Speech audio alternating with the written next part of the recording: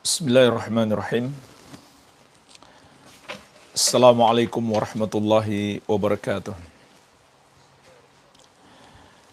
Alhamdulillahi hamdan katsiran thayyiban mubarakan fih, mubarakan alaih, kama yuhibbu rabbuna wa yardah. Asyhadu an la ilaha illallah wahdahu la syarikalah, wa asyhadu anna Muhammadan abduhu wa rasuluh. Sallallahu alaihi wa ala alihi wa sahabatihi ajma'in wa man tabi'ahum bi ihsanin ila yaumiddin, amma ba'd. Fa ikhwani fid din wa akhwati fillah, kaum muslimin wal muslimat, khususnya jamaah Majelis Ta'lim Baitur Rahmah Bintaro, rahimani wa rahimakumullah. Semoga Allah Azza wa Jalla senantiasa mencurahkan rahmatnya kepada kita sekalian. Pada kesempatan ini insyaallah ta'ala kita akan mempelajari permasalahan yang sangat penting sekali, yaitu tentang 3 ucapan yang sangat berbahaya, yang di dalamnya mengandung dosa besar, yang kita ambil dari lanjutan pembahasan kitab Tauhid, mulai dari bab yang ke-43 sampai 45. Jamaah sekalian, ini mengingatkan kita untuk berhati-hati menjaga lisan kita. Terkadang kita tidak menyadari, mudah kita mengucapkan, padahal terkandung dosa yang sangat besar sekali. Oleh karena itu Rasulullah SAW telah mengingatkan, man kana yu'minu billahi wal yawmil akhir falyakul khairan aw liyasmut. Barang siapa yang beriman kepada Allah dan hari akhir, hendaklah dia berkata-kata yang baik atau dia diam saja. Jadi bagi seorang muslim hanya ada 2 pilihan, berkata-kata yang baik atau diam. Kalau tidak sanggup berkata-kata yang baik, maka hendaklah diam. Diam dalam artian bukan diam secara totalitas juga, tapi berzikir kepada Allah Azza wa Jalla, mengingat keagungan dan kebesaran Allah Tabaraka wa Ta'ala. Tidak mengucapkan kata-kata yang tidak berguna. Inilah prinsip seorang muslim dalam berucap, dalam menggunakan nikmat lisan yang Allah berikan. Berkata-kata yang baik atau diam. Tidak ada pilihan yang ketiga. Dan Nabi SAW juga mengingatkan jemaah sekalian, ada orang yang mengucapkan sesuatu yang dia belum ngerti. Dia tidak paham hakikatnya, tapi dia berani mengucapkannya. Maka dengan sebab itu dia terjerumus ke dalam neraka. Innal abda layatakallamu bil kalimah ma yatabayyanu fiha yazillu biha finnar ab'ada mimma bainal masyriqi wal maghrib. Kata Nabi sallallahu alaihi wasallam, sesungguhnya seorang hamba mengucapkan satu kalimat yang belum jelas baginya, namun dengan sebab itu dia terjerumus ke dalam neraka yang jauhnya antara timur dan barat. Jadi jemaah sekalian, hati-hati. Terkadang kita mengucapkan satu kalimat, kita nggak peduli arti yang terkandung dalam kalimat tersebut. Kita nggak peduli arti yang terkandung dalam kalimat tersebut, kita belum paham. Tapi tetap saja kita ucapkan. Ternyata di dalam kalimat tersebut terkandung dosa yang sangat besar. Sehingga Nabi SAW mengatakan, menyebabkan orang yang mengucapkannya itu terjerumus ke dalam neraka yang jauhnya antara timur dan barat. Bahkan Rasulullah SAW pernah sampai memegang lisannya dan berkata kepada sahabat yang mulia Mu'adz bin Jabal radhiyallahu anhu, "Kuffa 'alaika hadza."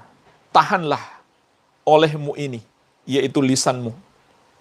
Maka sahabat Mu'adz bertanya, "Ya Rasulullah, apakah kita akan diazab hanya karena lisan kita?"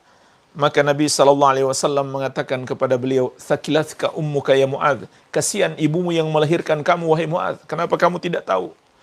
"Fahal yakubbun nas ala manakhirihim aw qala ala wujuhihim illa hasaidu alsinatihim." Tidaklah manusia itu diseret di neraka di atas pipi mereka atau wajah mereka, kecuali karena ulah lisan-lisan mereka. Jadi jemaah sekalian, hendaklah kita berhati-hati memilih ucapan, memilih kata-kata, jangan sampai mengandung perbuatan dosa kepada Allah Azza wa Jalla. Maka di kesempatan ini kita akan menyebutkan 3 macam ucapan yang kelihatannya ringan diucapkan, mudah diucapkan, atau bahkan sudah biasa di kehidupan kita, tapi ternyata mengandung konsekuensi yang sangat berbahaya. Baik, kita masuk pada pembahasan kitab Tauhid, bab yang ke-43. Babu maja'a fi man lam yuqni atau lam yaqna bil halif billah. Bab tentang orang yang tidak rela.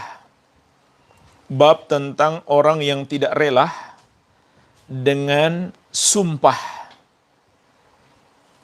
yang menyebut nama Allah padanya.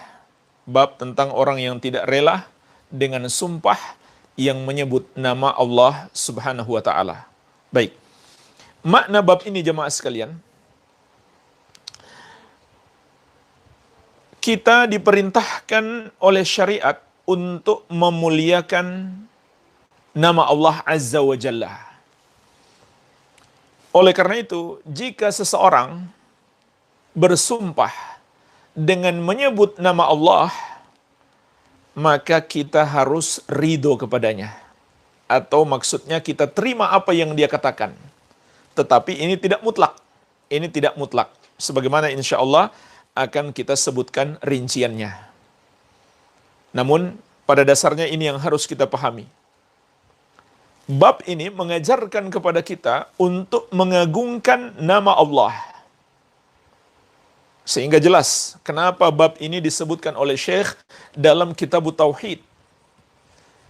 Karena hakikat Tauhid adalah pengagungan dan cinta kepada Allah. Inilah jemaah sekalian 2 pondasi Tauhid. 2 pondasi ibadah. 2 pondasi Tauhid. Pengagungan kepada Allah dan cinta kepadanya. Dan pengagungan ini kemudian melahirkan al-khawfu war-raja, takut dan harap. Bersama dengan cinta menjadi 3 macam ibadah yang paling agung. Bahkan disebut oleh para ulama sebagai arkanul ibadah, rukun-rukun ibadah. Artinya setiap ibadah kita harus disertai dengan 3 macam ibadah ini. Takut, harap, dan cinta kepada Allah Subhanahu wa ta'ala. Jadi, ini hakikat tauhid. Itulah sebabnya jemaah sekalian, mengapa orang yang tidak mengagungkan Allah atau syariatnya atau syiar-syiarnya, Islamnya batal. Begitu pula orang yang membenci agama Allah atau syariatnya, Islamnya batal. Kenapa? Dia tidak punya pengagungan dan cinta. Dia tidak punya pengagungan dan cinta. Jadi ini dua bisa membatalkan tauhid atau membatalkan keislaman. Yang pertama, hilang pengagungan dalam diri seseorang kepada Allah dan kepada syiar-syiarnya atau syariatnya. Contohnya gimana? Orang yang menghina Allah, meremehkan, melecehkan Allah, atau menghina ajaran-ajaran Allah, syariatnya dan ayat-ayatnya, menghina Al-Quran, mempermainkan Al-Quran, atau menghina Nabi Muhammad sallallahu alaihi wasallam, maka Islamnya batal. Kenapa? Meremehkan itu semuanya berarti menghancurkan iman dari dasarnya atau sampai pada pondasinya, yaitu pengagungan. Pondasi keimanan. Kalau seseorang meremehkan syariat atau menghina syariat atau menghina Allah atau menghina Rasulnya sallallahu alaihi wasallam, dia menghancurkan imannya sampai pondasinya. Oleh karena itu Allah tegaskan dalam surat At-Taubah ayat 65-66, "Qul abillahi wa ayatihi wa rasulihi kuntum tastahzi'un." Katakanlah, apakah dengan Allah dan dengan ayat-ayatnya atau ajarannya dan dengan Rasulnya kalian memperolok-olok, kalian menghina, kalian merendahkan, melecehkan, mencaci maki, mencela? La ta'tadhiru qad kafartum ba'da imanikum. Tidak usah kalian cari-cari alasan. Maksudnya walaupun kalian main-main. Qad kafartum ba'da imanikum. Sungguh kalian telah kafir setelah sebelumnya kalian beriman. Jadi, kenapa rusak imannya? Karena dia menghancurkan imannya sampai ke dasar-dasarnya.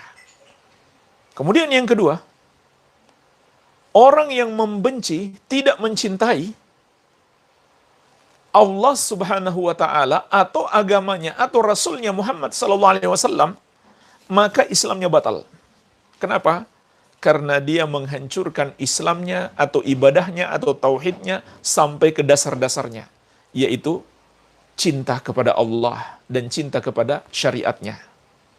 Oleh karena itu Allah tegaskan dalam surat Muhammad ayat ke-9, "Dzalika bi annahum karihu ma anzalallah fa ahbata a'malahum." Maka mereka menjadi kafir karena mereka membenci apa yang Allah turunkan. Maka Allah menghapuskan amalan-amalan mereka.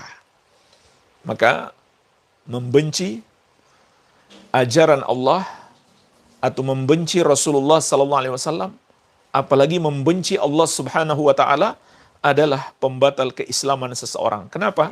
Karena pondasinya hancur, yaitu pondasi kecintaan. Baik. Tentang masalah kecintaan, walhamdulillah sudah kita bahas di bab-bab yang lalu. Kewajiban mentauhidkan Allah dalam cinta, kewajiban beribadah kepada Allah dengan cinta, dan menjauhi kesyirikan dalam ibadah cinta tersebut, yaitu seseorang mencintai makhluk seperti kecintaannya kepada Allah, maka ini termasuk kesyirikan. Baik, jadi yang akan kita bahas di sini adalah pengagungan kepada Allah. Maka di antara bentuk pengagungan kepada Allah adalah memuliakan nama-nama Allah Subhanahu wa taala. Jadi ini hubungannya dengan tauhid. Mengapa Syekh menyebutkan permasalahan sumpah dengan menyebut nama Allah di dalam bab ini? Karena wajib bagi kita untuk memuliakan Allah, memuliakan nama-namanya, dan itu bagian dari tauhid, itu bagian dari keimanan, bahkan pondasi keimanan, mengagungkan Allah dan mencintai Allah Subhanahu wa taala. Nah, jemaah sekalian, di antara bentuk pengagungan itu adalah ketika seseorang bersumpah dengan menyebut nama Allah, hendaklah kita terima apa yang dia katakan. selama tidak ada indikasi-indikasi yang mencurigakan atau yang menunjukkan dia bohong dalam sumpahnya. Jadi ini pelajaran terpenting yang bisa kita petik dari bab ini untuk mengagungkan Allah, untuk memuliakan Allah. Ketika seseorang bersumpah, saat dia menyampaikan sesuatu kepada kita dan dia sebut nama Allah dalam sumpahnya, wajib bagi kita menerimanya selama tidak ada hal-hal yang membuat kita ragu atau tidak ada indikasi-indikasi kebohongan. Baik, Syekh menyebutkan sebuah hadis saja dalam bab ini. Qala rahimahullah an Ibnu Umar radhiyallahu taala anhuma. Dari sahabat yang mulia Abdullah bin Umar, semoga Allah meridhai beliau dan ayahnya, anna Rasulullah sallallahu alaihi wasallam qala, bahwasannya Rasulullah sallallahu alaihi wasallam bersabda, la tahlifu bi abaikum. Janganlah kalian bersumpah dengan menyebut ayah-ayah atau ibu-ibu kalian, atau orang tua kalian, atau nenek moyang kalian. Man halafa billahi falyasduq. Barang siapa bersumpah dengan menyebut nama Allah, hendaklah dia jujur. Hendaklah dia benar dalam ucapannya. Bukan sumpah palsu. Wa man hulifa lahu billahi falyarda. Dan barang siapa disampaikan kepadanya sumpah dengan menyebut nama Allah, hendaklah dia ridho. Hendaklah dia terima ucapan orang yang bersumpah tersebut. Wa man lam yarda falaysa minallah. Barang siapa yang tidak ridho, maka dia bukan bagian dari Allah. Maksudnya Allah berlepas diri darinya. Hadis ini diriwayatkan oleh Imam Ibnu Majah dengan sanad yang hasan.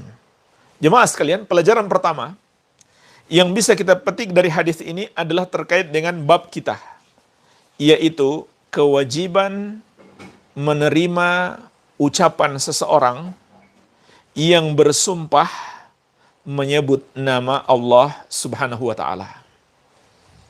Jadi misalkan kalau ada orang mengatakan demi Allah, barang ini asli bukan palsu, wajib kita terima, wajib kita percaya.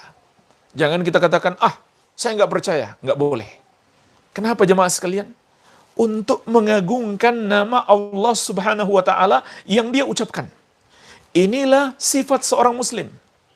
Dia selalu mengagungkan Allah, memuliakan Allah tabaraka wa ta'ala. Tetapi jemaah sekalian, para ulama menjelaskan ini tidak mutlak. Ini tidak mutlak. Ya, Syekh Muhammad bin Shalih Al-Utsaimin rahimahullah menyebutkan dalam syarah beliau ada 5 rincian. Ada 5 keadaan orang yang bersumpah dengan menyebut nama Allah Subhanahu wa taala. Jadi ada 5 keadaan. Ini adalah rinciannya. Yang pertama, jika diketahui dia berdusta, maka tidak seorang pun ulama yang mengatakan wajib diterima sumpahnya. Jadi ini kondisi yang pertama. Kalau sudah jelas dia berdusta, maka walaupun dia menyebut nama Allah, kita nggak boleh menerima sumpahnya. Tapi dia dinasihati, kamu jangan permainkan nama Allah. Kamu berarti nggak mengagungkan nama Allah. Kok nama Allah kamu pakai sumpah palsu? Jadi ini kita ingatkan kepadanya. Tapi kita nggak harus percaya karena sudah jelas dusta. Dan kalau kita percaya, itu bukan termasuk mengagungkan Allah. Justru orang itu yang harus kita nasihati agar dia mengagungkan Allah, tidak menyebut nama Allah untuk bersumpah palsu. Baik, ini yang pertama. Yang kedua, apabila ada kemungkinan besar dia dusta. Kalau yang pertama tadi sudah jelas dusta. Sudah jelas dia berdusta. Kita tahu faktanya tidak seperti itu. Maka kita nggak boleh percaya. Nah sekarang yang kedua. Ada indikasi kuat atau kemungkinan besar dia berdusta. Maka juga kata Syekh, tidak wajib kita membenarkannya. Tidak wajib kita mempercayainya. Ini yang kedua. Kemudian yang ketiga, ada dua kemungkinan sama kuat antara benar atau dusta. Ini keadaan yang ketiga. Ada dua kemungkinan yang sama kuat. Apakah benar atau dusta? Maka jemaah sekalian, dalam kondisi seperti ini, wajib kita mempercayainya apabila dia menyebut nama Allah. Dia bersumpah dengan menyebut nama Allah. Baik, ini wajib. Kalau ada dua kemungkinan sama kuat, wajib kita menerima. Kalau dia menyebut nama Allah, karena kita mengagungkan Allah. Kemudian yang keempat, kemungkinan besar dia benar. Kemungkinan besar dia benar. Maka tidak diragukan lagi, wajib kita mempercayainya ketika dia menyebut nama Allah. Kemudian yang kelima, sudah jelas dia benar. Ini tentu lebih wajib lagi kita percayai. Jadi semuanya 5 keadaan. Yang pertama, tidak boleh dibenarkan. Yang kedua, tidak harus dibenarkan. Yang ketiga, wajib dibenarkan. Yang keempat, wajib dibenarkan. Yang kelima, wajib dibenarkan. Jadi dipahami ya, hadis ini tidak berlaku mutlak.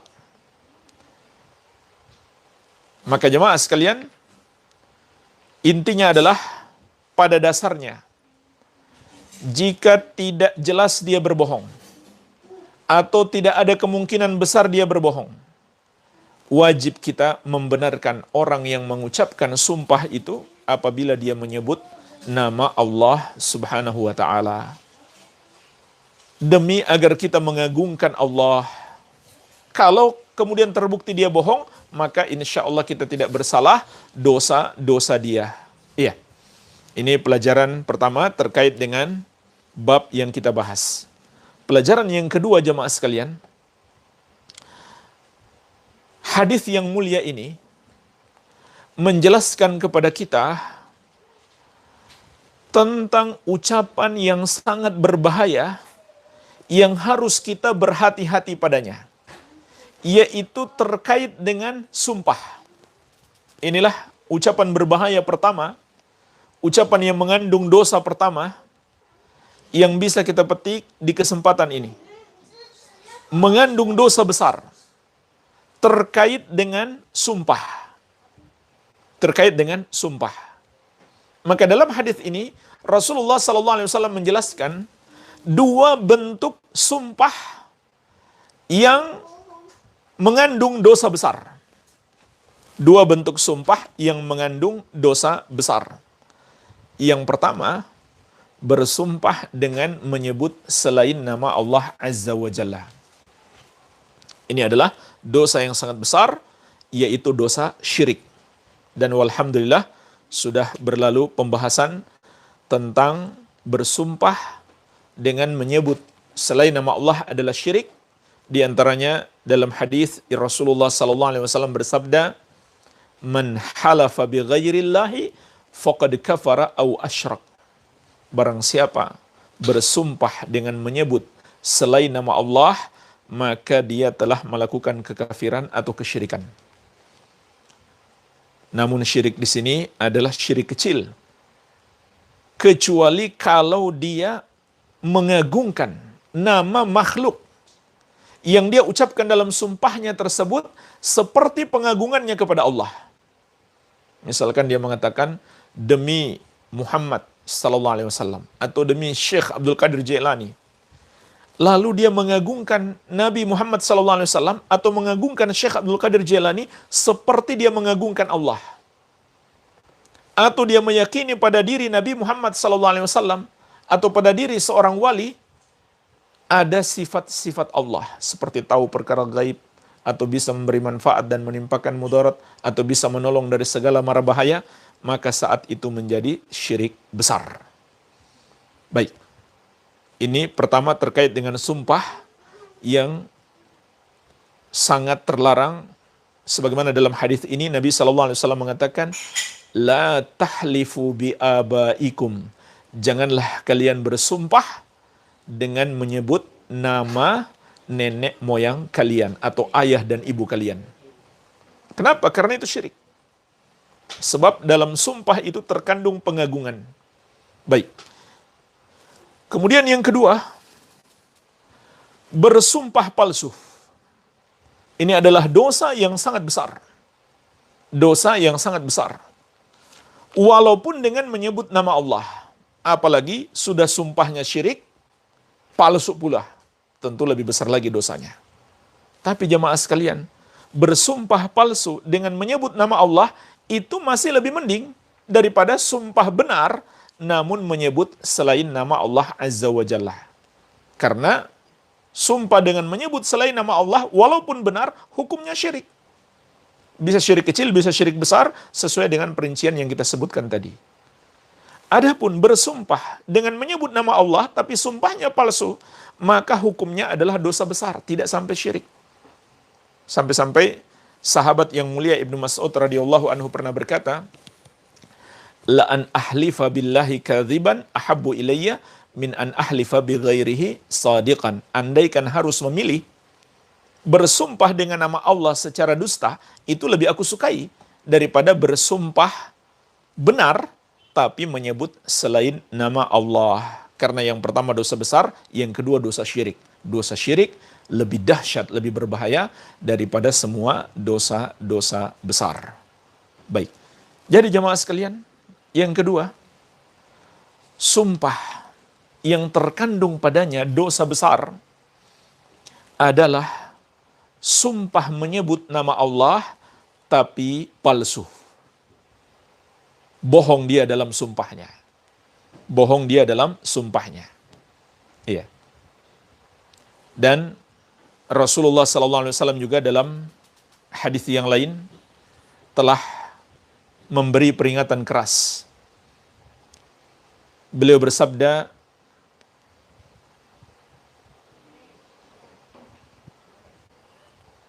ala adullukum ala akbaril kabair, maukah kalian aku kabarkan dosa yang paling besar? Para sahabat mengatakan, bala ya Rasulullah, tentu ya Rasulullah. Maka beliau mengatakan, al-isyraku billah wa uququl walidain. Mempersekutukan Allah dan durhaka pada kedua orang tua. Kemudian dalam riwayat yang lain, beliau juga mengatakan, ada tambahannya, wa qatlun nafs wal yaminul ghamus, dan membunuh jiwa dan sumpah palsu. Dalam riwayat yang tadi, wa qauluz zur, dan ucapan palsu. Jadi jamaah sekalian, ucapan palsu dan kalau disertai dengan sumpah, maka menjadi lebih besar dosanya. Jadi Nabi SAW menegaskan itu adalah dosa besar. Apalagi digunakan untuk menipu. Untuk menipu orang. Menzalimi orang. Maka Allah telah memberi peringatan dalam surat An-Nahl ayat 94. Surat An-Nahl ayat 94. Allah telah ingatkan, wala tattakhidhu aymanakum dakhalan bainakum fatazilla qadamu ba'da thubutiha wa tadhuku su'a bima sadattum an sabilillah walakum adzabun azim. Dan janganlah kalian menjadikan sumpah-sumpah kalian untuk menipu di antara kalian, sehingga tergelincir kaki kalian setelah tegaknya. Maksudnya menjadi tersesat gara-gara bersumpah palsu. Dan kalian menanggung keburukan disebabkan kalian mencegah atau menghalangi manusia dari jalan Allah, dan bagi kalian azab yang besar. Surat An-Nahl ayat 94. Jadi Allah ingatkan di sini ancaman yang sangat dahsyat bagi orang yang menggunakan nama Allah untuk bersumpah dengan tujuan menipu orang. Maka kata Allah, di sini disebutkan 3 ancaman. Yang pertama, itu menyebabkan kalian tersesat. Yang kedua, menyebabkan kalian tertimpa keburukan. Yang ketiga, bagi kalian azab yang besar. Keburukan di dunia dan azab yang besar di akhirat. Na'udzubillah. Iya. Dan jemaah sekalian, ketahuilah, lebih parah lagi, kalau nama Allah itu digunakan untuk menipu demi mendapatkan keuntungan dunia. Seperti dalam berdagang. Lalu seseorang bersumpah dengan menyebut nama Allah. Demi Allah, barangnya ini asli. Padahal palsu. Ini lebih besar lagi dosanya. Bahkan jemaah sekalian, walaupun sumpah kita benar, itu tidak layak digunakan untuk melariskan dagangan. Nggak boleh. Karena itu termasuk peremehan terhadap nama Allah. Berarti tidak memuliakan. Jadi nggak boleh juga. Walaupun kita bersumpah benar, tapi dengan tujuan untuk melariskan dagangan. Sebagaimana Allah ingatkan di surat Ali Imran ayat ke-77. Surat Ali Imran ayat ke-77. Apa kata Allah? Innal ladzina yashtaruna bi ahdillahi wa aymanihim thamanan qalila. Sesungguhnya orang-orang yang menukar perjanjian dengan Allah dan sumpah-sumpah mereka dengan harga yang sedikit. Maksudnya hanya sekedar keuntungan dunia. Hanya sekedar keuntungan dunia. Itu yang dimaksud dengan harga yang sedikit. Ulaika la khalaqa lahum fil akhirati. Ulaika la khalaqa lahum fil akhirati. Maka mereka itulah yang tidak akan mendapatkan bagian di akhirat. Wala yukallimuhumullahu wala yanzuru ilaihim yaumal qiyamah wala yuzakkihim walahum adzabun alim. Dan Allah tidak akan berbicara kepada mereka dan tidak akan melihat mereka dengan pandangan rahmatnya dan tidak akan mensucikan mereka di hari kiamat, dan bagi mereka azab yang pedih. Jadi subhanallah, luar biasa ancamannya. Surat Ali Imran ayat 77. Bagi orang-orang yang bersumpah dengan menyebut nama Allah hanya untuk keuntungan dunia. Hanya untuk melariskan barang dagangan. Ya, disebutkan ancamannya di sini. Pertama, mereka tidak akan memiliki bagian di akhirat. Yang kedua, Allah tidak akan berbicara kepada mereka. Yang ketiga, Allah tidak melihat mereka dengan pandangan rahmatnya. Yang keempat, Allah tidak akan mensucikan mereka. Artinya tidak akan diampuni dosa mereka. Yang kelima, bagi mereka azab yang pedih. Karena mereka tidak memuliakan Allah. Tidak mengagungkan Allah.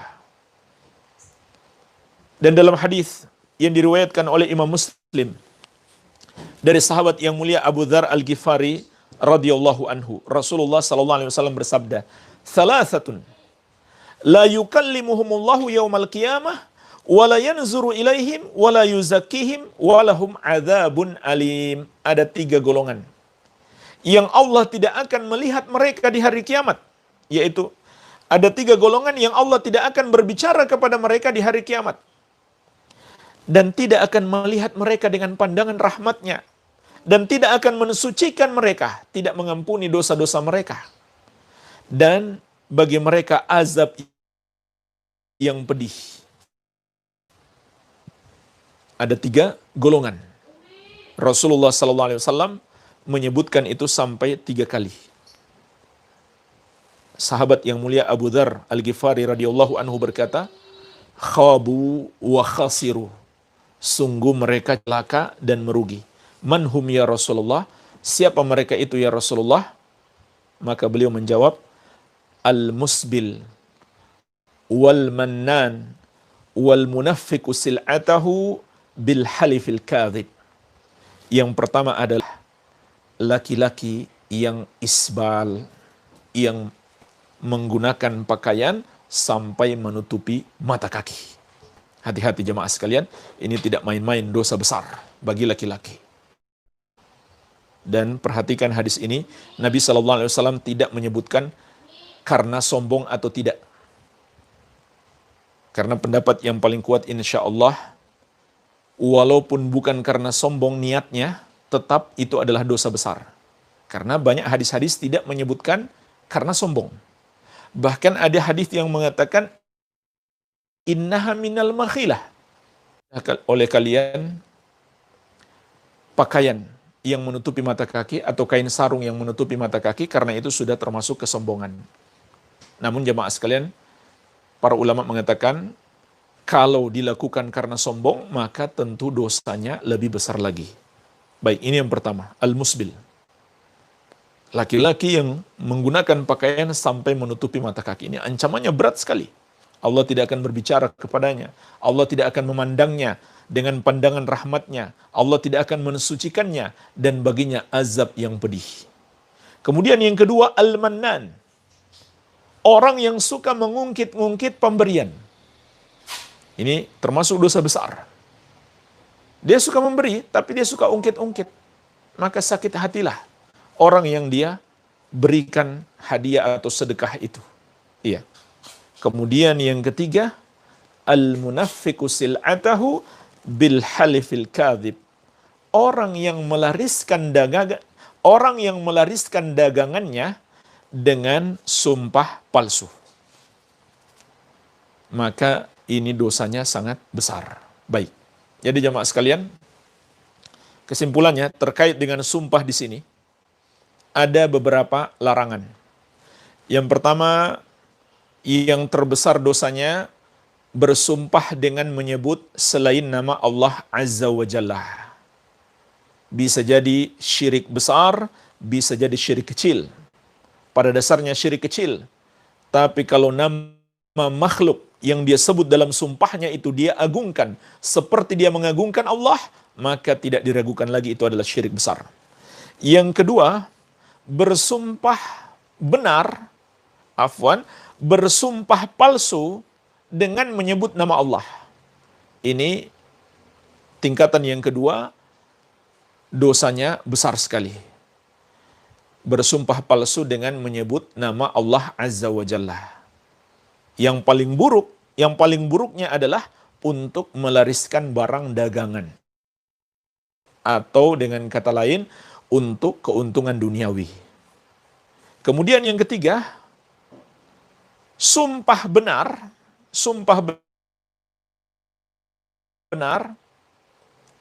tapi untuk keuntungan duniawi. Ini juga tidak boleh.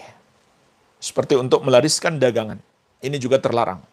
Walaupun dosanya lebih mending dibandingkan yang sebelumnya. Iya. Dan yang keempat jamaah sekalian, secara umum dilarang kita banyak bersumpah. Sedikit-sedikit bersumpah menyebut nama Allah. Ini juga terlarang karena menunjukkan kurangnya pengagungan seseorang kepada Allah Azza wa Jalla. Inilah jemaah sekalian, lafaz atau ucapan yang pertama yang mengandung dosa besar, yaitu terkait dengan sumpah. Baik. Kemudian pelajaran lainnya yang bisa kita petik dari hadis ini juga, keharusan kita berprasangka baik kepada seorang muslim. Dalam hadis ini juga ada pelajaran penting, wajib kita berprasangka baik kepada seorang muslim. Apalagi kalau dia sudah bersumpah dengan menyebut nama Allah Subhanahu wa taala. Ya. Namun jemaah sekalian, berprasangka baik juga tidak wajib pada semua kondisi. tidak wajib pada semua kondisi. Kalau ada kondisi yang mencurigakan, maka tidak wajib berprasangka baik. Itulah sebabnya dalam Al-Quran Allah mengatakan, ijtanibu kathiran minadh-dhanni. Jauhilah kebanyakan dari prasangka. Kata Allah kebanyakan, bukan semuanya. Artinya ada kondisi yang kita boleh berprasangka. Kapan itu? Kalau ada bukti atau ada indikasi kuat. Kalau ada bukti, kalau ada indikasi kuat, orang ini punya maksud jahat. Atau sebelum-sebelumnya terbukti dia bermaksud jahat. Maka dalam hal ini boleh berprasangka buruk. Iya. Kalau ada bukti, kalau ada indikasi yang kuat. Tapi kalau tidak ada itu semuanya, pada dasarnya wajib berprasangka baik kepada seorang muslim. Apalagi jika dia sudah bersumpah dengan menyebut nama Allah Subhanahu wa ta'ala. Iya. Kita masuk bab yang berikutnya. Babu qawli masya'allahu wa syi'tah. Bab tentang ucapan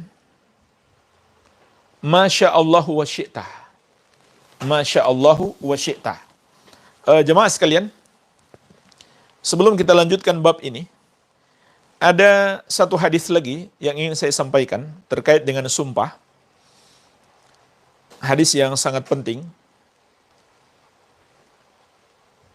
yaitu Rasulullah SAW bersabda, "Thalathatun la yukallimuhumullahu wa la yanzuru ilaihim yaumal qiyamah."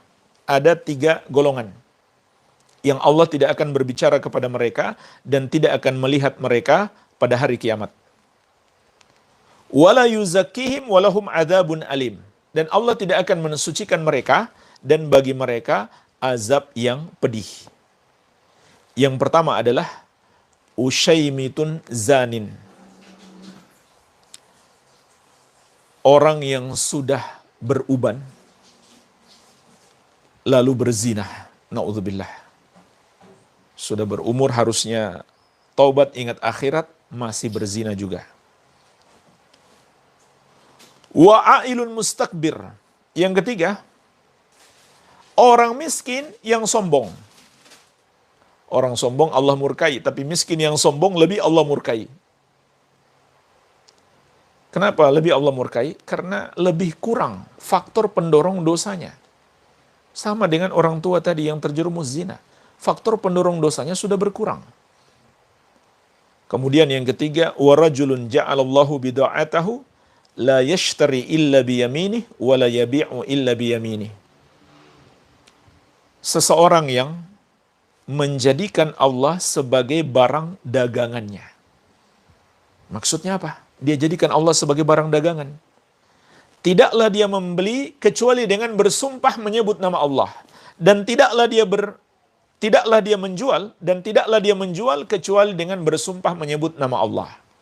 Walaupun sumpahnya benar. Di hadis ini tidak menyebutkan dia sumpah palsu. Walaupun sumpahnya benar, tetap tercela. Banyak bersumpah. Iya. Jadi ini melengkapi pembahasan sebelumnya. Baik, kita masuk bab berikutnya. Bab tentang ucapan Masya Allah wa syi'ta. Sesuai kehendak Allah dan kehendakmu. Inilah jemaah sekalian ucapan kedua yang ingin kita bahas di kesempatan ini. Yang mengandung dosa yang sangat besar. Karena mengandung syirik. Ucapan sesuai kehendak Allah dan kehendakmu adalah ucapan yang dalam bahasa Arabnya bermakna syirik. Kenapa bermakna syirik? Karena mengandung penyamaan antara Allah dengan makhluk.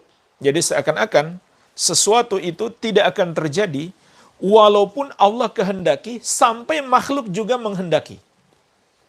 Jadi ini makna ucapan Masya Allah wa syi'tah. Kalau kita katakan kepada seseorang, sesuai kehendak Allah dan kehendakmu. Artinya apa? Kalau Allah sudah berkehendak, belum akan terjadi sampai kamu juga berkehendak. Maka tidak diragukan lagi ucapan ini mengandung syirik. Karena Allah berkehendak, apa saja yang Allah kehendaki pasti terjadi walaupun kita nggak kehendaki. Itu faktanya. Itu yang benar, itu yang sesuai tauhid. Dan Allah bahkan menegaskan, walaupun kita sudah berkehendak, tapi Allah tidak berkehendak, nggak akan terjadi.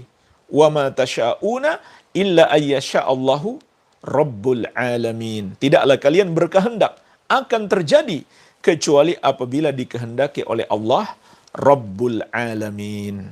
Rabb seluruh makhluk. Iya. Jadi ucapan ini mengandung kesyirikan karena maknanya seakan-akan kalau Allah sudah berkehendak belum akan terjadi sampai makhluk juga berkehendak. Padahal apa saja yang Allah kehendaki pasti terjadi walaupun makhluk tidak kehendaki.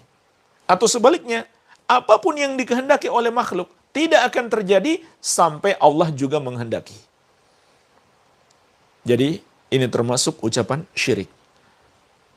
Tetapi para ulama juga mengatakan ini tidak sampai syirik besar, melainkan syirik kecil. Kenapa jemaah sekalian? Karena orang yang mengucapkannya, dia tidak bermaksud menyamakan Allah dengan makhluk.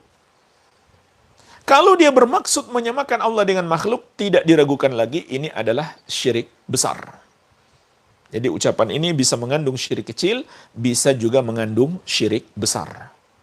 Maka jemaah sekalian, di sini juga ada pelajaran penting bagi kita, bahwa semua ucapan yang terkandung di dalamnya penyamaan antara Allah dengan makhluk, maka itu dilarang. Itu termasuk syirik. Syirik kecil, jika seseorang yang mengucapkannya tidak bermaksud menyamakan, atau dia belum ngerti artinya, atau karena dia belum ngerti artinya, sehingga dia ucapkan seperti itu. Dan syirik besar, kalau dia bermaksud menyamakan, tidak diragukan lagi. Atau dia sudah tahu artinya, tapi tetap saja dia ucapkan, maka itu dihukumi syirik besar. Iya. Jadi, kalau pembahasan sebelumnya terkait dengan orang yang tidak memuliakan Allah, tidak mengagungkan Allah, maka pembahasan ini terkait dengan orang yang menyamakan Allah dengan makhluk. Itu juga sebenarnya terkandung tidak mengagungkan Allah. Karena kalau kita mengagungkan Allah, tidak mungkin kita samakan Allah dengan makhluk. Baik. Mari kita lihat dalil-dalil dalam bab ini. Dalil yang pertama, An Qutailah, dari seorang sahabiyah, sahabat wanita di zaman Nabi Sallallahu Alaihi Wasallam. Qutailah bintu Sayfi al-Juhaniyah radhiyallahu anha. Semoga Allah meridai beliau.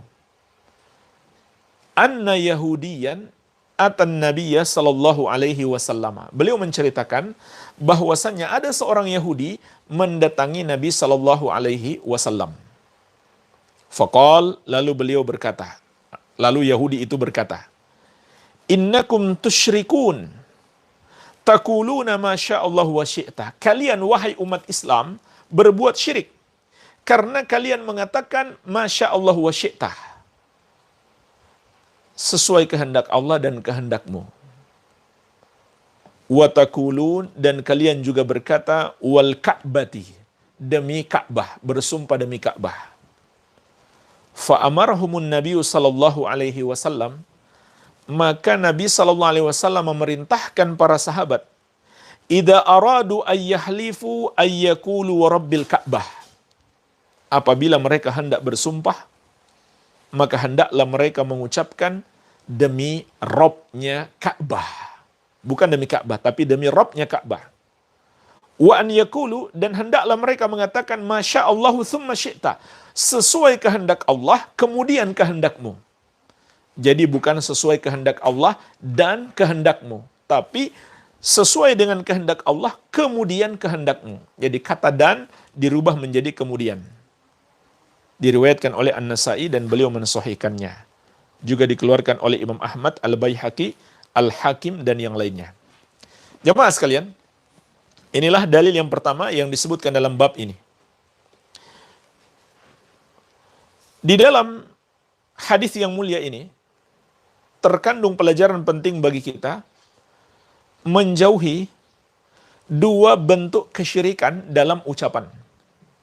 Dua bentuk kesyirikan dalam ucapan. Yang pertama, Masya Allahu wa syi'ta. Inilah bab kita. sesuai kehendak Allah dan kehendakmu.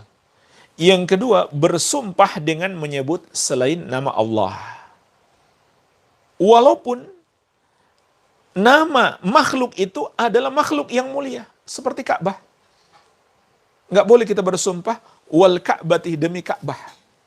Atau makhluk yang paling mulia, Nabi kita Nabi Muhammad SAW. Nggak boleh kita bersumpah demi Nabi Muhammad SAW. Tidak boleh. Ini adalah dua bentuk kesyirikan. Iya. Sekali lagi, dia bisa jadi syirik kecil, bisa jadi syirik besar, tergantung keyakinan orang yang mengucapkannya. Baik. Jadi, ini harus kita hindari. Ucapan yang berbahaya. Ucapan yang di dalamnya mengandung penyamaan antara Allah dengan makhluk. Ini pelajaran terpenting yang bisa kita petik dari bab ini. Bab ini juga memberi pelajaran umum, yaitu semua ucapan yang mengandung penyamaan antara Allah dengan makhluk adalah syirik. Begitu pula perbuatan. Begitu pula perbuatan yang mengandung padanya penyamaan antara Allah dengan makhluk itu adalah syirik.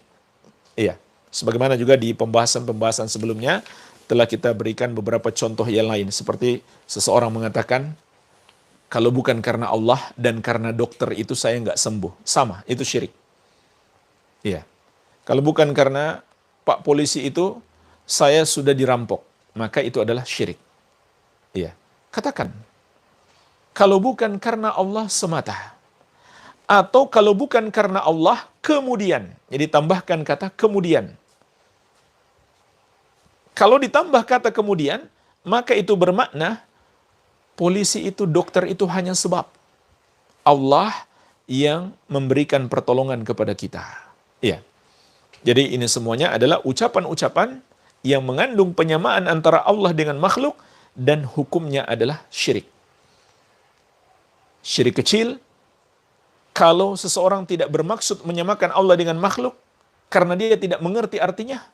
Dan syirik besar, kalau dia paham artinya dan dia menyamakan Allah dengan makhluk. Maka ini yang kedua, ucapan yang mengandung dosa besar yang harus kita hindari. Iya. Kemudian jemaah sekalian, di dalam hadis ini juga kita bisa memetik pelajaran bahwa orang-orang Yahudi itu mengenal kebenaran, tapi mereka tidak mau mengikuti kebenaran. Inilah sifat orang Yahudi yang harus kita jauhi. Sebaliknya, umat Nasrani itu punya semangat beramal, tapi mereka beramal tanpa mengenal kebenaran atau tanpa ilmu. Jadi ini dua sifat berbahaya yang harus kita hindari. Berilmu tapi tidak diamalkan, dan beramal tanpa ilmu. Yang pertama sifat Yahudi, yang kedua sifat Nasrani. Betapa bahayanya jamaah sekalian dua perangai ini, sampai-sampai Allah wajibkan kita untuk berdoa kepadanya setiap hari minimal 17 kali agar kita dilindungi dari dua perangai ini atau dua bentuk kesesatan. Kesesatannya Yahudi dan Nasrani, dan sebab segala kesesatan mereka diawali dari dua hal ini. Punya ilmu tapi tidak diamalkan, atau beramal tanpa ilmu. Ini adalah dasar semua kesesatan. Setiap hari kita Allah perintahkan minta perlindungan dari dua jalan ini. Kapan kita baca itu? Itulah yang selalu kita baca dalam solat kita, dalam surat Al-Fatihah, yang harus kita baca minimal 17 kali dalam solat 5 waktu. Dalam doa kita, ihdinas siratal mustaqim, siratal ladina an'amta alaihim, ghairil maghdubi alaihim waladdallin. Ya Allah, tunjukilah kami jalan yang lurus. Jalannya orang-orang yang Engkau berikan kenikmatan atas mereka. bukan orang-orang yang engkau murkai, bukan pula orang-orang yang sesat. Rasulullah SAW menafsirkan sendiri ayat ini. Kata beliau, Al-Maghdub alaihimul Yahud wad-dolina Nasara. Orang-orang yang Allah murkai adalah Yahudi, dan orang-orang yang tersesat adalah Nasrani. Pertanyaannya jemaah sekalian, kenapa Yahudi dimurkai dan kenapa Nasrani tersesat? Maka tidak lain Yahudi dimurkai karena punya ilmu tapi tidak diamalkan. Dan Nasrani tersesat karena beramal tanpa ilmu. Subhanallah. Betapa bahayanya dua hal ini sampai-sampai kita diwajibkan oleh Allah setiap hari minta perlindungan dari dua jalan ini. Jalannya Yahudi dan Nasrani. Jangan sampai kita tergolong kepada orang-orang yang punya ilmunya tapi nggak mau mereka amalkan. Malah mereka tentang. Atau sebaliknya, rajin beramal, rajin ibadah, tapi tidak berdasarkan ilmu. Hanya ikut-ikutan saja, hanya mewariskan tradisi, hanya karena dilakukan oleh banyak orang, dan seterusnya. Ini jalannya orang-orang Nasrani. Kalau begitu jemaah sekalian, kita pun paham. Siapa yang dimaksudkan dalam surat Al-Fatihah, jalannya orang-orang yang Allah berikan kenikmatan. Mereka itu adalah orang-orang yang diberikan nikmat ilmu dan amal. Siapa mereka? Para nabi dan rasul alaihi wassalatu wassalam, para sahabat radhiyallahu ta'ala anhum, dan orang-orang yang mengikuti mereka dengan baik sampai hari kiamat. Inilah jamaah sekalian yang setiap hari kita minta kepada Allah. Nikmat ilmu dan amal. Baik, ini pelajaran penting. Hadis ini menunjukkan orang Yahudi mengenal kebenaran. Sampai kata Allah di surat Al-Baqarah ayat 146, Alladzina atainahumul kitaba ya'rifunahu kama ya'rifuna abna'ahum. Orang-orang yang kami anugerahkan kepada mereka kitab, yaitu kitab Taurat. Mereka mengenal Muhammad sallallahu alaihi wasallam seperti mereka mengenal anak-anak mereka sendiri. Subhanallah. Jadi mereka sudah tahu inilah nabi yang mereka tunggu-tunggu. Tapi setelah beliau datang, mereka bilang, oh bukan dia yang kami tunggu. Subhanallah. Padahal kata Allah, mereka betul-betul tahu inilah yang mereka tunggu. Muhammad sallallahu alaihi wasallam seperti mereka mengetahui anak mereka sendiri. Lihat dahsyatnya penentangan orang-orang Yahudi terhadap kebenaran. Sudah tahu itu benar, tapi mereka tentang. Baik. Maka jemaah sekalian, dalam hadis ini juga kita bisa memetik pelajaran. Rasulullah SAW adalah orang yang selalu menerima kebenaran dari manapun dia datang. Kalau memang itu benar. Walaupun dari orang-orang Yahudi. Walaupun dari orang-orang Yahudi. Bahkan dari setan sekalipun. Sebagaimana ketika Abu Hurairah radhiyallahu anhu diajarkan oleh setan. Karena setan mencuri harta zakat. Kemudian ditangkap oleh Abu Hurairah. Kemudian setan mengatakan, lepaskan saya maka saya akan ajarkan kepadamu ilmu yang sangat penting, yaitu baca ayat kursi, maka setan akan menjauhimu. Lalu itu dilaporkan kepada Nabi SAW, maka Nabi SAW mengatakan, sadaqaka wa huwa kadzub. Dia benar, tapi dia pendusta besar. Namun dalam hal ini dia benar, kamu harus terima kebenaran. Iya. Ini sifat Nabi SAW. Di sini orang Yahudi menyampaikan kebenaran, beliau terima. Tapi jemaah sekalian, beliau tidak sedikit pun menganjurkan kita untuk pergi belajar kepada orang Yahudi, apalagi pergi belajar kepada setan. Ya, tidak ada ulama yang berdalil dengan hadis seperti ini untuk mengatakan boleh kita datang pergi belajar kepada orang Yahudi atau bahkan belajar kepada setan. Lalu dengan alasan ambil baiknya, buang buruknya, tidak. Ini cuma kebetulan kalau kita dengarkan. Siapapun yang menyampaikan kebenaran, ketika kita mendengarkannya, wajib kita menerimanya. Kalau itu yang dia ucapkan benar. Iya. Dan benar atau tidaknya diukur bukan karena dia yang mengucapkan. Tapi diukur dengan apa? Dengan syariat agama kita. Jadi Nabi SAW tidaklah menghukumi kebenaran berdasarkan ucapan Yahudi semata, tidak. Tapi karena itu wahyu dari Allah Azza wa Jalla. Atau ada wahyu dari Allah yang mendasarinya. Iya. Walaupun wahyu itu adalah pernah diturunkan kepada orang-orang Yahudi dahulu, bukan kepada umat Islam. Tapi itu wahyu dari Allah, itu kebenaran. Datang dari Allah Azza wa Jalla. Dan belum dihapus hukumnya dalam syariat Islam. Jadi intinya, Nabi SAW tidaklah menerima kebenaran karena itu ucapan Yahudi, tidak. Tapi dasar ucapan mereka adalah wahyu dari Allah Azza wa Jalla. Maka jemaah sekalian, di sini kita juga bisa memetik pelajaran di agama-agama yang telah menyimpang itu, yaitu Yahudi dan Nasrani, mungkin masih tersisa yang benar yang mereka pertahankan. Mungkin masih tersisa yang benar yang mereka pertahankan. Tapi kita tidak dianjurkan pergi kepada mereka kemudian mempelajari mana yang benar, tidak. Enggak perlu. Kenapa? Karena Allah sudah mencukupi kita dengan Islam, dengan Al-Quran dan Sunnah. Itu sudah sangat-sangat mencukupi kita. Semua yang benar sudah ada di situ. Tetapi yang ingin kita pahami di sini, yang harus kita pahami di sini, mungkin saja masih tersisa ajaran-ajaran benar yang belum mereka rubah pada Yahudi dan Nasrani. Mungkin saja. Ya, seperti mungkin masih ada orang-orang Yahudi dan Nasrani hari ini menyembelih dengan menyebut nama Allah. Menyembelih dengan menyebut nama Allah. Mungkin saja. Mereka tidak memakan kecuali sembelihan yang halal. Mungkin saja masih ada seperti itu, walaupun mungkin juga tidak semua mereka seperti itu. Jadi intinya, ini memungkinkan terjadi.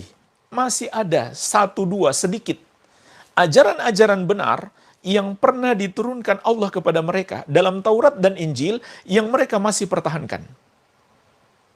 Dan sesuai dengan ajaran Islam. Dan belum dihapus hukumnya dalam Islam. Iya.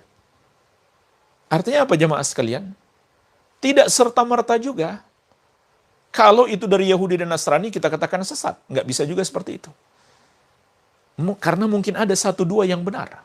Intinya kita ukur dengan syariat kita. Sesuai atau tidak dengan syariat kita. Jika sesuai, maka kita terima. Jika tidak, maka kita tolak. Nah, ini sebagai contoh. Orang Yahudi mengetahui ucapan Masya Allah wa syi'ta adalah syirik. Ternyata sesuai dengan syariat kita. Orang Yahudi mengetahui ucapan demi Ka'bah atau demi makhluk. Bersumpah dengan menyebut nama selain Allah. Itu adalah syirik. Orang Yahudi tahu. Ternyata benar sesuai dengan syariat kita. Nah, jemaah sekalian, andai ada sehari ini orang-orang Yahudi menyampaikan kepada kita ajaran-ajaran mereka yang sesuai dengan ajaran kita, tentu wajib kita terima. Tapi sekali lagi, yang menjadi ukurannya adalah ajaran kita. Sesuai tidak? Kalau tidak, ya kita tolak. Iya. Ini juga sekaligus saya meluruskan, ada seorang yang dianggap sebagai ulama. Dia mengatakan, keyakinan Allah di atas langit itu keyakinan Yahudi. Jadi kata dia, akidah Salafi, akidah ahli sunnah sama dengan akidah Yahudi. Kita katakan, andai betul orang-orang Yahudi punya keyakinan itu, maka itu adalah keyakinan yang benar yang masih tersisa. Yang mereka pegang dari ajaran-ajaran di kitab mereka yang asli. Dalam kitab Taurat maupun dalam kitab Injil. Iya. Jadi itu tidak salah. Sama dengan keyakinan kaum muslimin. Sama dengan keyakinan yang terdapat dalam Al-Quran dan Sunnah. Jadi tidak mutlak. Kalau itu disampaikan oleh Yahudi, pasti salah, tidak. Iya. Namun sekali lagi jemaah sekalian, menilai benar dan salah adalah dengan syariat kita. Baik. Kita masuk dalil yang berikutnya. Walahu aidon an Ibni Abbasin radhiyallahu ta'ala anhumah. Dan juga diriwayatkan oleh Imam An-Nasai serta Imam Ahmad dan yang lainnya. Dari sahabat yang mulia Ibnu Abbas radhiyallahu ta'ala anhumah, anna rajulan qala lin nabiy sallallahu alaihi wasallam ma syaa Allah wa syi'ta. Bahwasanya ada seseorang berkata kepada Nabi sallallahu alaihi wasallam, sesuai kehendak Allah dan kehendakmu. Qala, maka Nabi sallallahu alaihi wasallam bersabda, aja'altani lillahi niddan? Apakah kamu hendak menjadikan aku tandingan bagi Allah? Bal masya'allahu wahdah. Bahkan sesuai kehendak Allah yang satu saja. Ini dalil yang kedua yang menunjukkan kepada kita ucapan masya'allahu wa syi'ta adalah syirik karena mengandung penyamaan antara Allah dengan makhluk. Dan Nabi SAW menegaskan kepada orang yang berkata seperti itu kepada beliau, aja'altani lillahi niddan? Apakah kamu hendak menjadikan aku tandingan bagi Allah? Maka jelas itu adalah ucapan syirik yang harus kita hindari. Karena Allah berkehendak, tidak ada yang mengatur kehendak Allah. Oleh karena itu di akhir hadis Nabi SAW mengatakan, bal masya'allahu wahdah. Bahkan sesuai kehendak Allah yang satu saja. Maksudnya bukan manusia nggak punya kehendak. Manusia punya kehendak. Tapi kehendak manusia tidak akan terjadi kecuali Allah menghendaki. Dan sebaliknya, walaupun manusia berkehendak, tapi Allah tidak menghendaki, tidak akan terjadi. Dan jika Allah sudah berkehendak, walaupun manusia nggak berkehendak, pasti terjadi.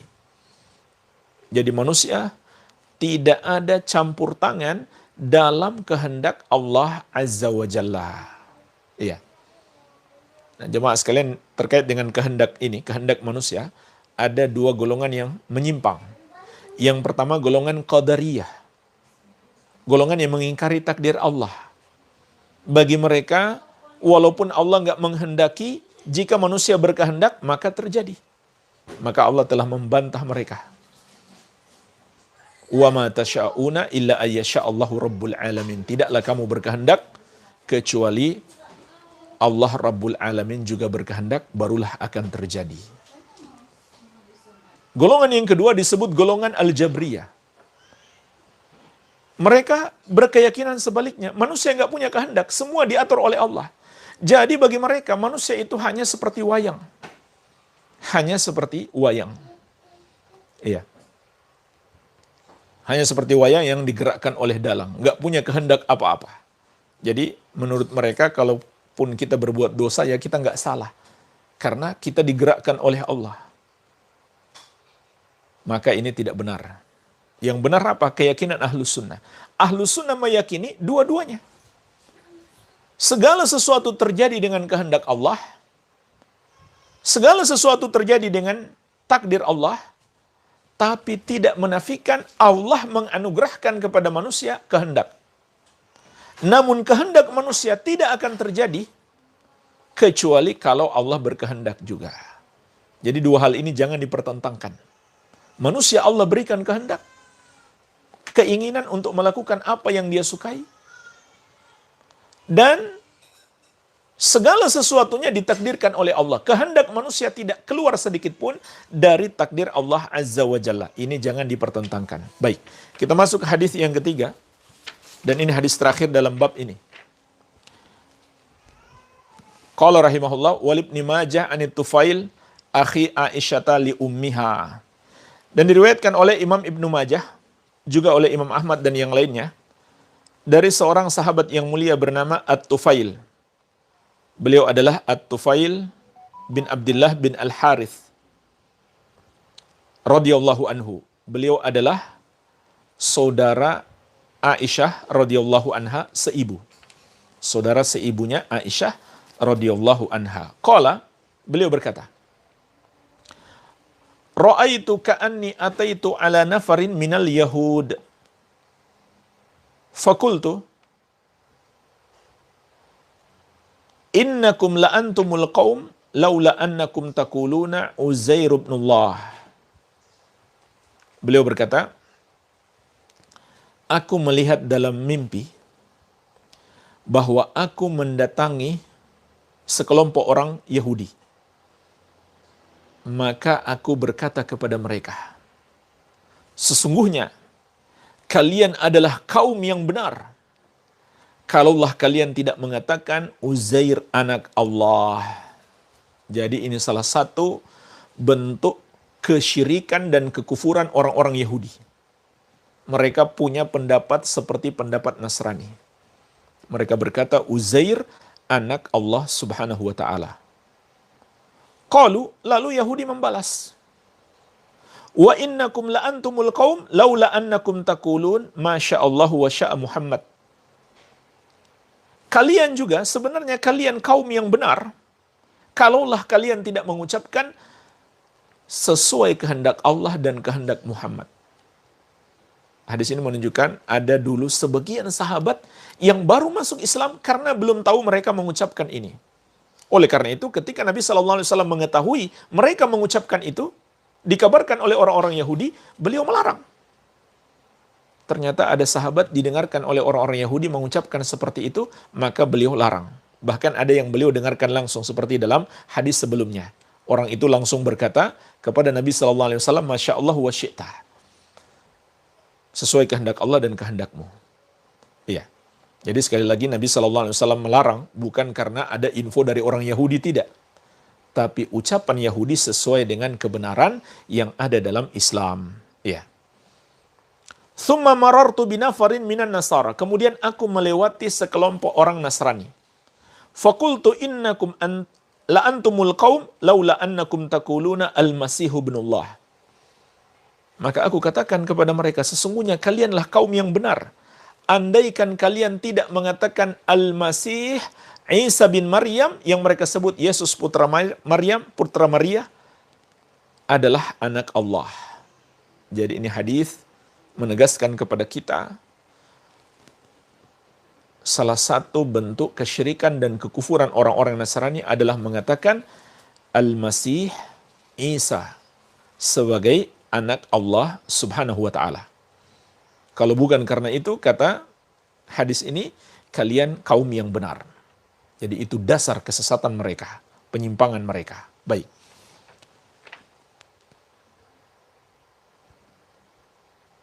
Qalu, maka mereka menjawab, wa innakum la antumul qaum laula annakum taquluna ma sya'allahu wa sya'a Muhammad.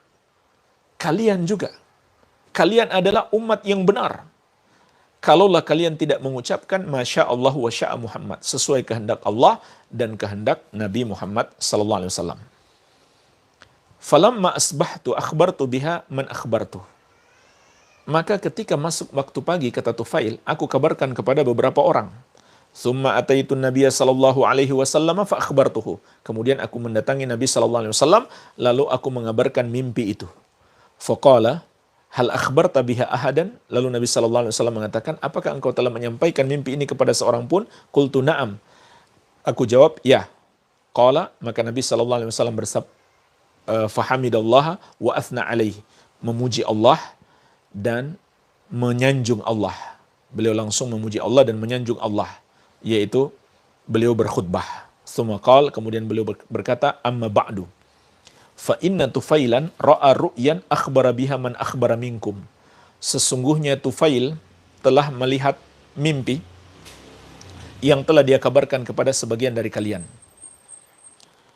Wa innakum qultum kalimatan kana yamna'uni kadza wa kadza an anhaakum anha. Dan bahwasanya kalian telah mengucapkan kalimat yang menghalangiku untuk melarang kalian adalah ini dan itu. Maksudnya Nabi SAW awalnya segan melarang mereka untuk mengucapkannya. Fala taqulu, maka janganlah kalian mengatakan Masya Allah wa sya'a Muhammad, sesuai kehendak Allah dan kehendak Muhammad. Walakin qulu Masya Allah wahdah. Akan tetapi ucapkanlah Masya Allah wahdah, sesuai kehendak Allah yang satu saja. Maka Rasulullah SAW melarang kaum muslimin mengucapkan Masya Allahu wa sya'a Muhammad, sesuai kehendak Allah dan kehendak Muhammad. Kenapa? Karena dalam ucapan tersebut mengandung penyamaan antara Allah dengan makhluk. Iya. Nah, jemaah sekalian, sebagian ulama menjelaskan maksud ucapan Nabi SAW, ada yang menghalangi aku untuk, ada sesuatu yang menghalangi aku untuk melarang kalian mengucapkan itu dulunya. Nah, kenapa jemaah sekalian? Karena Kata sebagian ulama, bisa jadi Allah belum menurunkan wahyu yang tegas tentang larangan ucapan tersebut. Sehingga Nabi SAW segan dan malu kepada Allah Azza wa Jalla untuk mendahului Allah. Jadi ini termasuk pelajaran yang bisa kita petik. Sikap Nabi SAW selalu mengagungkan Allah Tabaraka wa Ta'ala. Di antaranya tidak mendahului Allah atas apa yang belum Allah syariatkan. Baik. Jemaah sekalian, kita masuk bagian yang ketiga dari bab yang ke-45, bab terakhir yang kita bahas di kesempatan ini, yaitu babu man sabbad dahar faqad adzallaha. Bab barang siapa yang mencaci waktu, maka dia telah menyakiti Allah. Jadi inilah ucapan yang ketiga yang mengandung dosa besar yang disebutkan dalam kitab Tauhid bab yang ke-45. Tentang orang yang menghina atau mencaci waktu. Orang yang mencaci waktu, mencaci masa. Ya. Maka dia adalah orang yang menghina Allah Azza wa Jalla. Walaupun jemaah sekalian, para ulama menjelaskan, ucapan yang mengandung keburukan terhadap waktu, itu ada 3 rinciannya. Ada 3 rinciannya. Yang pertama, sekedar menyampaikan ini adalah waktu yang berat. Sekedar menyampaikan kenyataan. Jadi seseorang menghadapi hari yang berat, banyak musibah yang menimpa dia di hari itu, lalu dia mengatakan ini adalah hari yang berat atau waktu yang berat. Tapi dia tidak bermaksud mencaci. Hanya sekedar mengabarkan kenyataan. Maka yang seperti ini tidak mengapa. Sebagaimana ucapan Nabi Lut alaihi salam, "Hadza yaumun asib." Ini adalah hari yang berat. Ketika beliau ditimpa musibah, maka beliau mengatakan seperti ini. Surat Hud ayat 77. Jadi beliau tidak bermaksud mencaci, hanya sekedar mengabarkan. Maka ini tidak mengapa. Ya. Dengan ucapan yang juga tidak mengandung semacam hinaan dan perendahan. Hanya sekedar pengabaran. Ini hari yang kita hadapi berat. Maka tidak apa-apa. Karena Allah menyebutkan itu ucapan Nabi Lut alaihissalam dan Allah tidak menyalahkan. Yang kedua, orang yang mencaci waktu dengan keyakinan, waktu itulah yang menakdirkan kejadian-kejadian. Dan ada satu golongan yang disebut oleh para ulama dengan golongan ad-dahriyah. Salah satu golongan kaum musyrikin. Mereka disebut ad-dahriyah. Mereka adalah orang-orang yang mempercayai bahwa manusia itu hidup dan wafat hanya oleh waktu. Hanya oleh waktu. Iya. Mereka adalah kaum musyrikin yang disebut ad-dahriyah. Jadi mereka mencaci waktu karena keyakinan mereka waktu itulah yang menakdirkan keburukan bagi mereka. Maka tidak diragukan lagi ini adalah syirik besar. Syirik dalam rububiyah. Ini yang kedua. Kemudian yang ketiga, orang yang mencaci waktu karena peristiwa buruk terjadi di waktu itu, maka ini hukumnya haram. Kenapa? Karena hakikat caciannya secara tidak langsung kembali kepada Allah. Kenapa? Allah yang menciptakan waktu. Allah yang menciptakan waktu. Maka tidak sepatutnya seorang muslim mencaci waktu. Iya. Dan inilah yang dibahas dalam bab ini, yang ketiga. Yang kedua dan ketiga yang dibahas dalam bab ini. Di sini penulis rahimahullah menyebutkan 2 dalil. Dalil yang pertama, Allah Azza wa Jalla berfirman, wa qalu, dan mereka, yaitu orang-orang musyrik itu berkata, ma hiya illa hayatunad dunya. Tidaklah kehidupan ini kecuali kehidupan kita di dunia ini saja. Namutu wa nahya, kita mati dan kita hidup di dunia ini. Wa ma yuhlikuna illa dahar, dan tidak ada yang membinasakan kita kecuali waktu. Kata mereka, tidak ada yang membinasakan kita kecuali waktu. Maka Allah tegaskan, wa ma lahum bidzalika min ilmin, dan mereka tidak punya ilmu atas ucapan mereka itu. Inhum illa yadhunnun, tidaklah mereka itu kecuali berprasangka saja. Surat Al-Jathiyah ayat ke-24. Inilah jemaah sekalian, golongan ad-dahriyah, kaum musyrikin yang mengatakan kita hidup, kita mati hanya karena waktu saja. Yang membinasakan kita hanyalah waktu. Waktu-waktu yang berlalu, itulah yang membuat kita hidup, itulah yang membuat kita binasa. Maka ini adalah syirik besar. Ini adalah syirik besar. Karena yang menghidupkan, menciptakan, serta mematikan, membinasakan, itu hanya Allah Azza wa Jalla, bukan waktu. Waktu adalah makhluk. Dalil yang kedua, ini dalil terakhir dalam pembahasan kita. Wa fis sahih, dan di dalam as-sahih, yaitu sahih Al-Bukhari dan Muslim. An Abi Hurairah radhiyallahu anhu, dari sahabat yang mulia Abu Hurairah, semoga Allah meridhai beliau. An Nabi sallallahu alaihi wasallam qala, dari Nabi sallallahu alaihi wasallam beliau bersabda, qala Allah Ta'ala, Allah Subhanahu wa taala berfirman. Jadi ini hadis qudsi. Allah Subhanahu wa taala berfirman, yu'dhini ibnu Adam, anak Adam menyakiti aku. Yasubbud dahar, yaitu dia mencaci waktu. Wa anad dahar, padahal akulah waktu, yaitu akulah penguasa waktu. Uqallibul laila wan nahar, akulah yang membolak-balikan waktu malam dan siang. Wa fi riwayatin, dalam riwayat yang lain, la tasubbud dahar fa innallaha huwad dahar.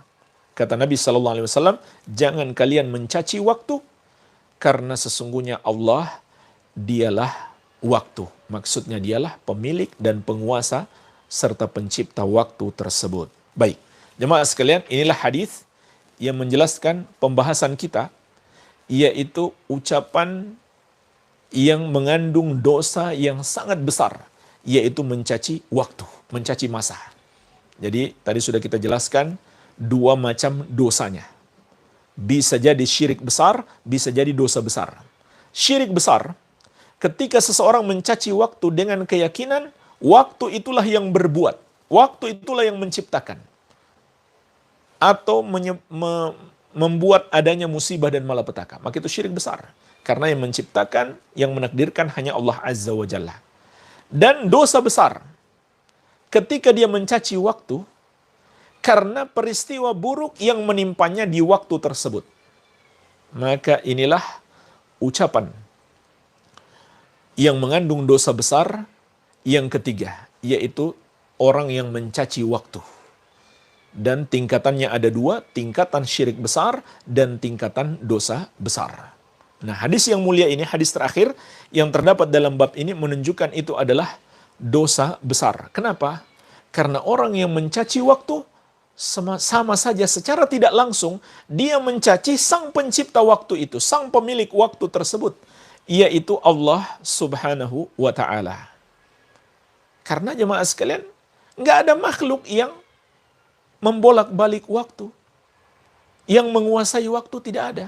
Hanya Allah Azza wa Jalla. Sehingga ketika kita mencaci waktu, secara tidak langsung kita mencaci Allah. Dan Allah murka karena itu. Hanya saja jemaah sekalian, di dalam hadis ini dikatakan, anak Adam menyakiti aku. Namun, jangan kita samakan ya, antara kita disakiti dan Allah disakiti. Allah disakiti, itu sama sekali tidak membahayakan Allah sedikit pun. Tidak membahayakan Allah sedikit pun. Sebagaimana Allah tegaskan juga di surat Ali Imran ayat 176, innahum layyadurrullaha syai'a, sesungguhnya makhluk itu tidak membahayakan Allah sedikit pun. Jadi Di sini makna Allah disakiti tidak sama dengan makhluk disakiti, yaitu membahayakan makhluk. Kalau Allah tidak sama sekali tentunya. Baik. Jadi hadis ini menunjukkan perbuatan itu adalah dosa besar. Jangan sampai kita mencaci waktu. Ya. Apa saja waktu itu? Apakah hari, jam, atau kurun waktu, masa? Ya. Seperti misalkan kita katakan tanggal tertentu, ya, ada satu tanggal kita katakan itu adalah hari sial bagi kita. Kenapa? Karena di hari itu saya tertimpa musibah. Maka jemaah sekalian, ini termasuk mencaci waktu. Dan itu juga ada kesyirikan yang lain loh, yaitu kesyirikan takut sial. Ya, insya Allah sudah kita bahas ya, itu bab 28, Masya Allah. Kita sudah di bab ke-45 ini. Itu di bab 28 kitab Tauhid, lihat lagi, termasuk syirik orang yang takut sial. Ya. Nabi SAW mengatakan, "Man raddathu at-tiratu an hajatihi faqad asyrak." Siapa yang dihalangi oleh takut sial untuk melakukan hajatnya, maka dia telah berbuat syirik. Ya. Jadi ini contoh. Orang mengatakan itu bagi saya tanggal sial karena tanggal segitu saya kecelakaan. Ini contoh dia mencaci waktu. Ya. Dan lain-lain. Mungkin ucapannya berbeda-beda, tapi intinya mengandung cacian atau makian kepada waktu, kepada hari, kepada jam, sama saja. Maka orang yang melakukannya secara tidak langsung, dia mencaci Allah Azza wa Jalla. Baik. Nah jemaah sekalian, pelajaran berikutnya yang bisa kita petik dari hadis ini, para ulama mengatakan maksud firman Allah dalam hadis qudsi ini, aku adalah waktu.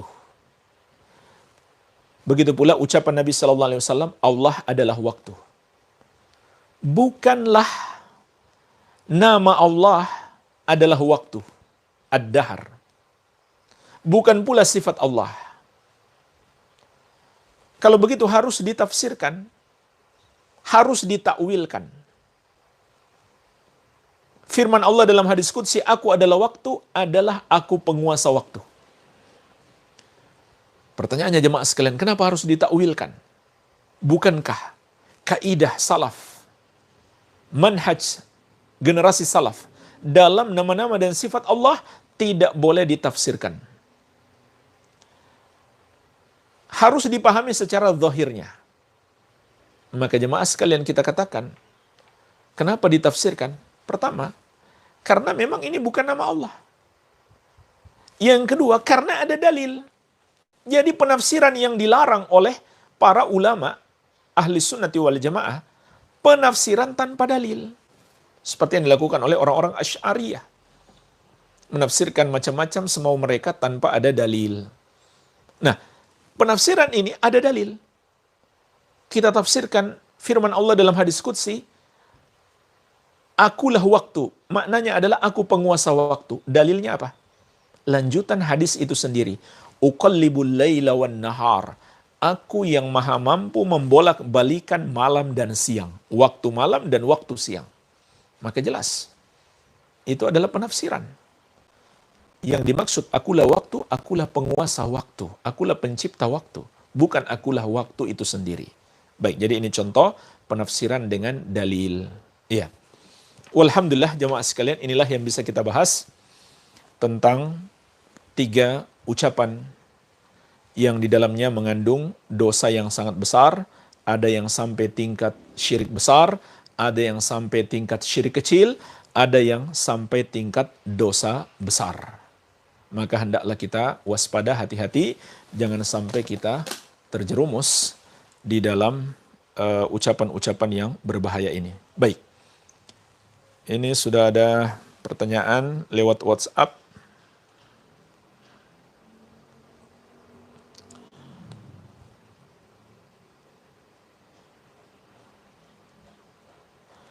Afwan Ustadz, kalau lagi sakit, kenapa ya ingat dosa-dosa? Tolong nasihatnya. Itu justru sangat baik. Memang seharusnya seperti itu seorang muslim. Memang seharusnya seorang muslim seperti itu. Ketika sakit, yang pertama bertobat kepada Allah Azza wa Jalla. Yang pertama bertobat kepada Allah Azza wa Jalla, karena bisa jadi sakit itu adalah hukuman atas dosa-dosa kita. Dan itu juga sekaligus tanda kasih sayang Allah kepada kita. Jika hukuman atas dosa-dosa kita dipercepat di dunia ini. Dan itu tidak seberapa daripada dihukum di akhirat. Itu tidak seberapa dibandingkan dihukum di akhirat. Makanya dalam hadis Anas bin Malik radhiyallahu anhu diriwayatkan At-Tirmidzi, Rasulullah sallallahu alaihi wasallam bersabda, "Idza aradallahu bi 'abdihi khaira, ajjala lahul uqubata fid dunya. Wa idza aradallahu bi 'abdihi syarra, amsaka anhu bidzunubihi hatta yuwaffa bihi yaumal qiyamah." Kalau Allah menghendaki kebaikan bagi seseorang, Allah segerakan hukumannya di dunia. Allah segerakan hukumannya di dunia. Tapi kalau Allah menghendaki keburukan bagi seseorang, Allah tunda hukumannya. Allah biarkan dia menikmati dunia, dia puas-puas. Dia mengira dia dalam kebaikan. Itu namanya istidraj. Lalu nanti Allah sempurnakan balasannya di akhirat. Ya. Dan ini yang dilakukan para ulama juga. Para ulama dahulu ketika ditimpa musibah, yang pertama mereka ingat adalah dosa-dosa mereka. Kemudian mereka segera bertobat kepada Allah Azza wa Jalla. Jadi ini hal yang baik. Kemudian segera bertobat kepada Allah Subhanahu wa Ta'ala. Anak-anak muda suka berucap misalnya Allah keren, Allah top banget, Allah sedang bercanda. Apakah termasuk ucapan syirik? Ini termasuk ucapan yang tidak mengagungkan Allah Azza wa Jalla. Dan mengandung kesyirikan karena menyamakan Allah dengan makhluk. Dan menunjukkan mereka tidak mengagungkan Allah Tabaraka wa Ta'ala. Ucapan-ucapan yang hanya layak bagi makhluk, tapi mereka ucapkan bagi Allah. Maka ini tidak sepatutnya. Iya. Apakah mengucapkan Madad ya Hussein merupakan kesyirikan besar atau kecil? Madad ya Hussein itu kan artinya minta tolong, berdoa dia kepada Hussein. Maka itu dosa besar. Itu adalah dosa besar. Berdoa kepada selain Allah, karena doa itu ibadah. Maka mempersembahkan doa kepada selain Allah adalah syirik. Dan juga yang bisa menolong kita hanya Allah, bukan Al-Husain yang sudah wafat. Jadi dua syiriknya. Syirik dalam doa dan keyakinan ada selain Allah yang bisa memberikan pertolongan dari segenap musibah atau dari seluruh musibah dan malapetaka. Apakah ucapan biarlah waktu yang menjaganya, biarlah waktu yang menjawabnya, atau waktu yang menyembuhkan luka hatinya? Ya, bagaimana dengan ucapan ini? Biarlah waktu yang menjawabnya, atau waktu yang menyembuhkan luka hatinya. Jemaah sekalian, yang pertama, biarlah waktu yang menjawabnya. Ini hanya kata kiasan, yang maknanya adalah dengan berlalunya waktu akan terbukti. Ya, bias orang itu baik atau benar, maka insya Allah ini tidak mengapa. Insya Allah ini tidak mengapa. Ya. Adapun waktu yang menyembuhkan luka hatinya, maka ini sepatutnya dihindari, karena yang memberi manfaat atau yang menghilangkan mudarat itu hanya Allah Azza wa Jalla. Iya.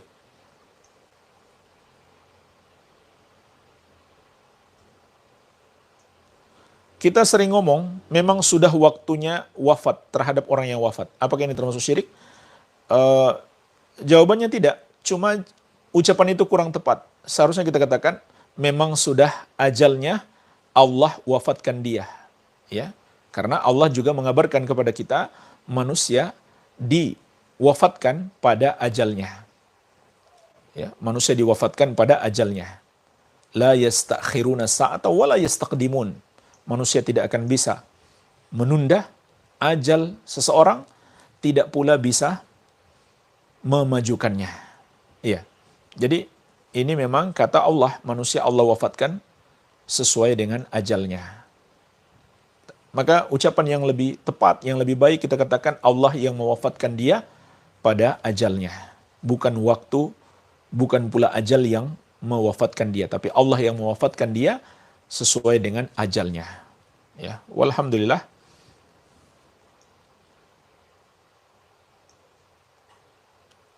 Bagaimana kalau orang mengatakan suara rakyat adalah suara Tuhan? Apakah ini syirik? Ya, syirik dan dusta.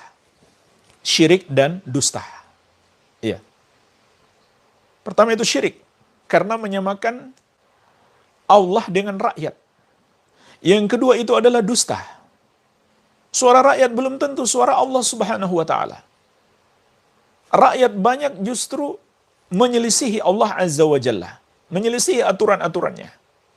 Dan Allah ingatkan dalam Al-Quran, wa in tuti aktsara man fil ardi yudilluka an sabilillah. Kalau kamu ikuti kebanyakan manusia, kebanyakan rakyat di muka bumi ini, mereka akan menyesatkan kamu dari jalan Allah. Jadi kebanyakan orang itu sesat. Wa qalilum min ibadiyas syakur. Juga kata Allah, sedikit hambaku yang bersyukur. Kata siapa suara mereka sesuai dengan suara Allah. Kebanyakan malah mereka menentang. Allah bilang ini haram, mereka bilang halal. Atau Allah katakan haram, mereka lakukan.